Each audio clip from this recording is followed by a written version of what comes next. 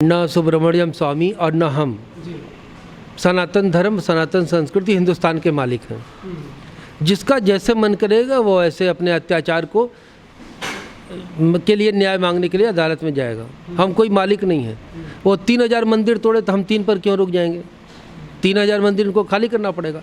यहाँ लड़ाई मंदिरों की नहीं है, यहाँ लड़ाई है सच, इतिहास के सच जानने की।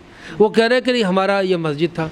जब 1192 में कुतुबुद्दीन ऐबक हिंदुस्तान में विजयी हुआ और हिंदुस्तान में शासक बना, तो उसके पहले कहाँ से मस्जिद बन जाएगी?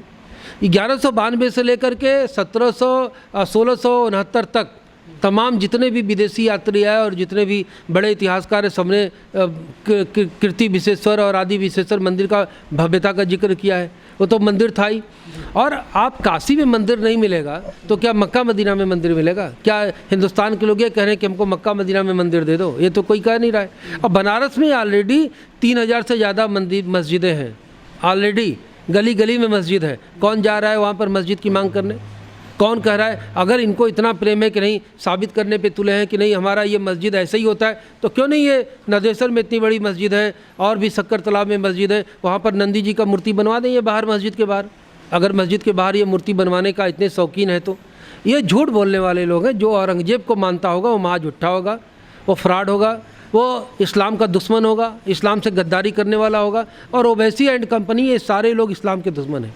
यकीन मानिए इन्होंने मुसलमानों को, इस्लाम को इतना बदनाम कर दिया है कि पहले मैंने कभी नहीं सुना था अपने जीवन में कि लोग पैगंबर साहब के खिलाफ बोलें, चाहे वो दुनिया का कोई व्यक्ति हो। लेकिन इन लोगों ने ऐसा काम कर दिया कि वो पैगंबर साहब के खिलाफ भी लोग टिप्पणी करने लगे हैं। तो ये तो अपने ही पैगंबर को, अपने इस्लाम को सत्यानाश करने पे तुले हैं, अपने ही घर में आग लगाने पे ये तुले हुए।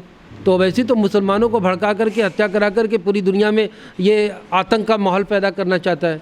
तो ओवैसी का कोई घर कब्जा कर रहा है क्या कि ओवैसी को पेट में दर्द हो रहा है? और जितने भी मुग़ल शासकों ने आज तक जितने भी मंदिरों का या जितने भी मंदिर तोड़ करके मस्जिदों का निर्माण कराया है, वो बता दें इस बात को कि वो कितने मुग़ल शासक वहाँ जाके नमाज़ पढ़े हैं। क्या औरंगजेब कभी भी काशी विश्वनाथ मंदिर में मंदिर के परिसर में आके नमाज़ पढ़ा है? क्या कभी वो मथुरा में जाके नमाज़ पढ़ा है? क्या बाबर ने कभी राम मंदिर जहाँ पर बना था, वहाँ पर तोड़ दिया गया था, वहाँ पर वो नमाज़ पढ़ा कभी? वो कभी नहीं पढ़ा, क्योंकि उसको सच पता था, वही तोड़ा था, उसको पता था। तो ये मुग़ल और मुसलमान में फ़र्क है। मुग़ल जो हैं वो पूरी तरह से विदेशी थे और वो बाद में जाकर के उन्होंने इस्लाम ग्रहण किया। लेकिन इस्लाम ग्रहण करने के बाद भी वो इस्लाम का सत्यानाश ही करते रहे। मुसलमान, भारतीय मुसलमान जो है वो हिंदुओं की संतान है। उनके पूर्वज हिंदू हैं, इसलिए उनके पूर्वज तो कम से कम मंदिरों में जाते थे, पूजा करते थे। तो ये वैसे ही सिखा रहे हैं कि अपने पूर्वजों को गाली दो।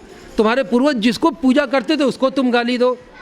तो जो आदमी अपनी जड़ों का नहीं है, जो आदमी अपने पूर्वजों का नहीं है, वो दुनिया में किसका हो जाएगा? वो वैसे ही बता दे अपने बाप दादा का नाम, मैं तो मान लूँगा कि वो अरब से, किस गाँव से अरब से आया था वो बताए ना। वो अपने सिजरा निकलवा ले अपना। यहाँ का जितने भी मुसलमान होंगे उनका कहीं न कहीं रिश्तेदारी, कहीं न कहीं उनकी जाति आप देख लीजिए कि वो किसी गांव में होगी, किसी जाति में होगी उनकी जड़। अगर उनकी जाति और गांव में होगी तो इसका मतलब है कि कहीं न कहीं वो सनातन धर्म को उनके पूर्वज मानने वाले थे। ठीक है, बदलते दौर में इस्लाम ग्रहण कर लिया तो इसका मतलब थोड़ी कि उनके बाप दादा का नाम बदल जाएगा, उनके पूर्वजों का नाम बदल जाएगा। अगर यही है, अरबी मुसलमान है वो, तो जाति कैसे आ गई? मुस्लिम धोबी कहाँ से आ गए? मुस्लिम नाऊ कहाँ से आ गए? और शादी ब्याह में पाँव फेरी क्यों होती है? लड़कियाँ, औरतें सिंदूर क्यों लगाती हैं? चूड़ी क्यों पहनती हैं? और उनके पहनावे में, खान पान में भारतीय सभ्यता की झलक क्यों दिखाई देती है? और क्यों इतनी बड़ी संख्या में अरब के लोग भारत में आ गए? उतनी तो सऊदी अरब की जनसंख्या भी नहीं है जितने भारत में मुसलमान रहते हैं। अच्छा, मुस्लिम पक्ष कह रहा है कि जो ज्ञानवापी परिसर है उसमें हमको उर्स करने की अनुमति दी जाए। मतलब वहाँ पे शिवलिंग मिल गया है फिर भी उर्स की अनुमति मांग रहे हैं। दूसरा वैसे ये भी कह रहे हैं कि इससे जो है माहौल ख़राब होगा देश का, जो जिला न्यायालय का निर्णय है। ओवैसी खुद जज हैं। ओवैसी तो बड़ा ही धरती पर कोई जज नहीं है। इसलिए भारत सरकार को तो मैं सलाह दूंगा कि ओवैसी से पूछ के काम किया करें। होता कौन है ओवैसी बोलने वाला?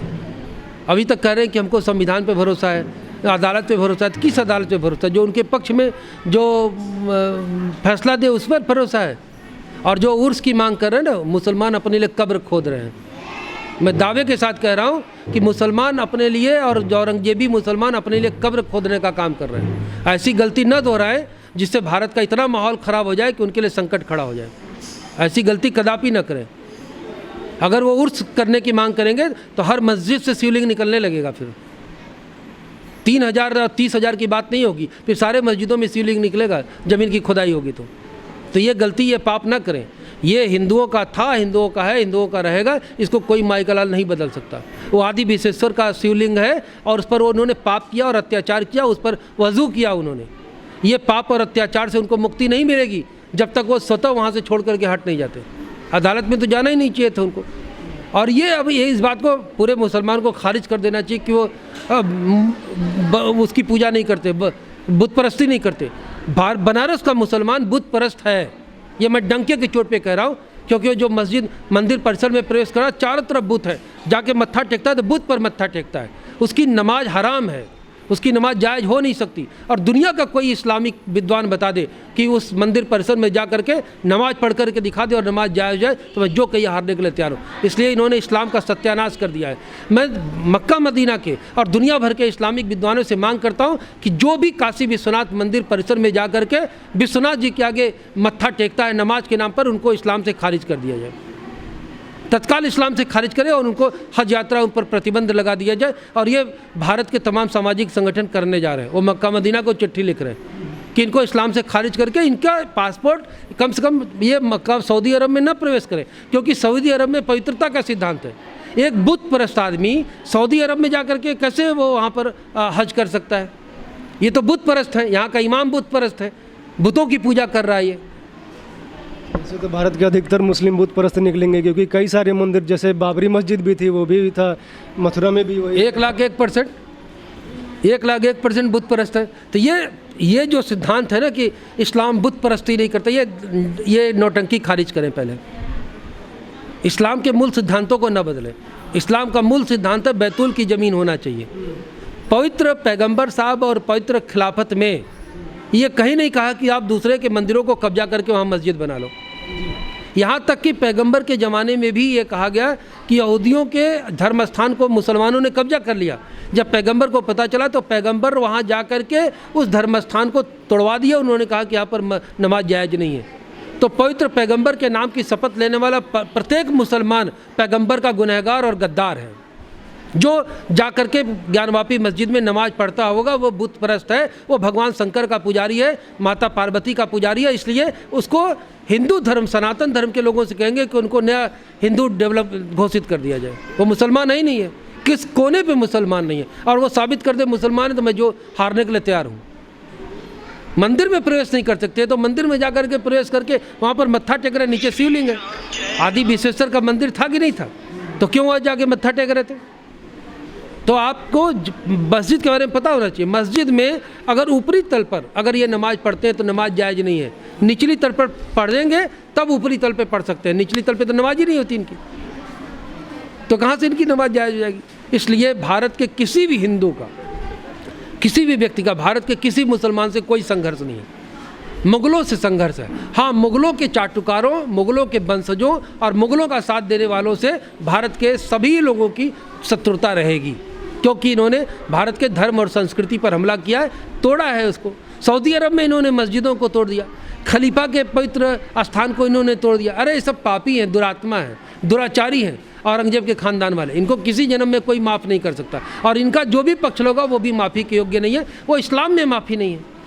वो सऊदी अरब जाता है तो वहाँ के लोग कुछ दिन में इनको कोड़े मार के भगाएंगे। आप देख लीजिएगा, वो ज़माना बदल रहा है, बहुत तेज़ी से बदल रहा है। वहाँ पर लोग मंदिर बनवा रहे हैं, कतर में मंदिर बन रहा है, सऊदी अरब में भी कुछ दिन मंदिर की घोषणा हो जाएगी।